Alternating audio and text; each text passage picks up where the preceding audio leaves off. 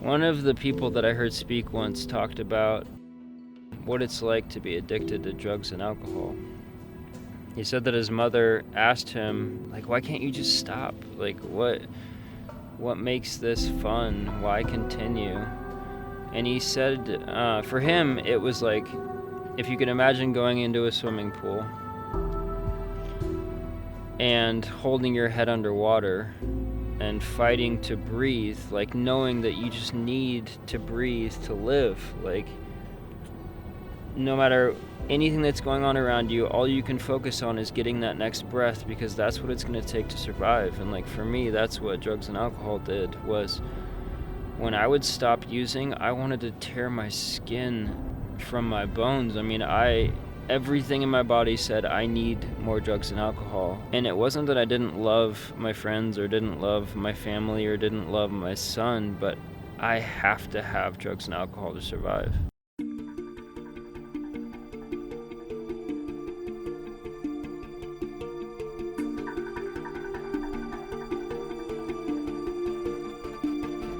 2011 was the first time that I put myself in treatment for alcoholism, and I was a blackout drinker. I'd black out 5 to 6 nights a week, sometimes all of those in a row. I remember one time in particular, I remember Thursday night I blacked out and I woke up and it was Tuesday, and like didn't remember anything from the weekend or where I'd been, what I'd done.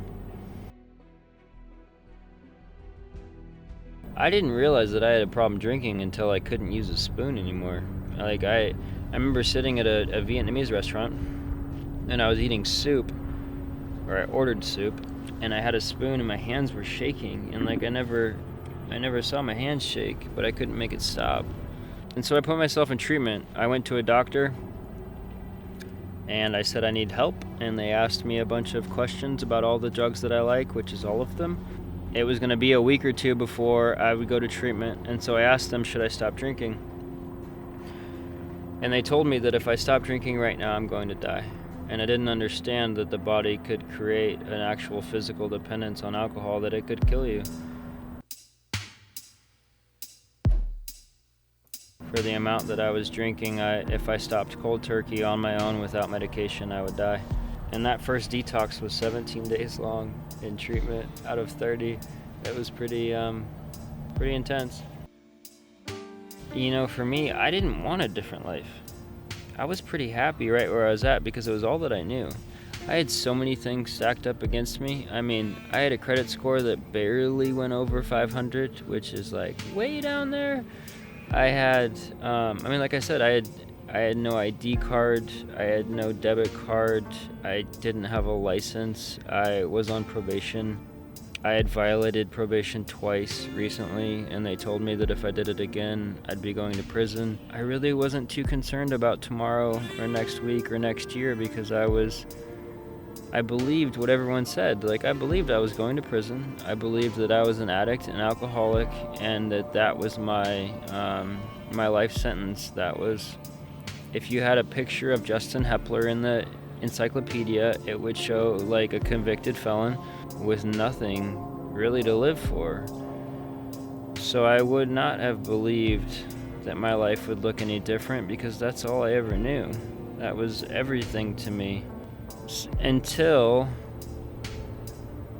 people started to care about me that had no reason to. Like the guy that helped me get into Crossroads, or my best friend reaching out to me when I'm high on meth and like just buying me fried chicken and loving me and letting me know that he's still there. Those little things are what showed me that maybe life could be different. I would say that not the most difficult, but the most impactful step really was making amends. That was powerful, sitting across from my dad. Because I was so good at apologizing, I think, as most people are when they're active in addiction or alcoholism. I was really good at saying sorry, but I never understood what harm I had actually caused, what that felt like from my dad's side of the street to have to live with someone like me that took advantage of every situation. Because I remember sitting with my father and I apologized for lying to him, for stealing from him, from all the things that I did. And I remember he looked at me and just said, I couldn't figure out why you hated me so much. And like that's much different than what I thought I did. I was apologizing for my actions towards him. I never understood what that felt like from his perspective. The best thing my father ever did for me was cut me off completely from everything. I mean, he was my bank. He was the only support that I knew, and the moment that he loved me enough to cut me off was the moment that I was willing to do something for myself, because I didn't have him anymore. I think that life is incredible. I think that Chuck C talks about that heaven is just a new pair of glasses. That's the way I think the world is. It's as difficult as I make it today. I think that I can choose to be upset about the things that I don't have, or I can be grateful for everything that I'm given. And the last time I checked, the fact that my eyes are open and my lungs have breath in them, like, I should be grateful. And you can call that a pink cloud if you want. But I think it's just a different perspective. I think that we get so wrapped up in tomorrow and yesterday that we forget about what we have right now.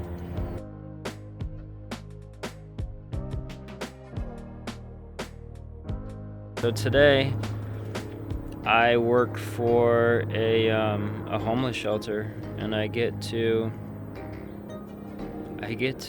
see me every day.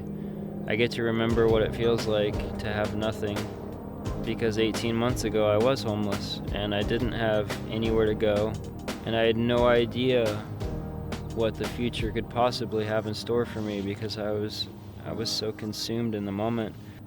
And so now I get to help 35, give or take, men that are homeless, that are trying to move on to the next right thing. And there's a few in there that want to be sober and want to recover, and there's a majority that don't, and I get to love them wherever they're at. The biggest thing for me today is to remember to just meet people right where they're at. I'm not trying to change the world, but I get to hold the door for them. I get to love them. I get to show them that someone cares, because that's what mattered to me. Was even when I couldn't love myself, there was someone there that was willing to love me through it.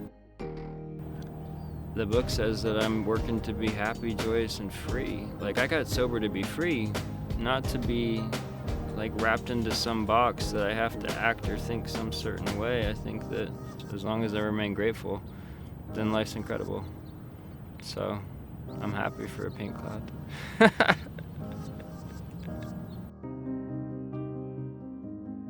At first, I never believed that I could change.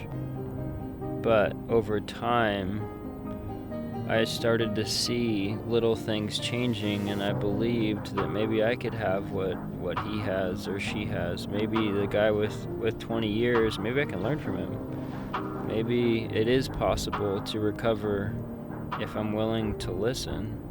I believe that my way, I never would have changed. But I do believe that there's a program out there that is 2 million strong right now, that there are plenty of people that have recovered. I mean, I've heard from people that have robbed banks, have murdered other people, have done crazy things, and they've recovered. So who's to say that wherever you're at today, that you can't too? I mean, I believe you can.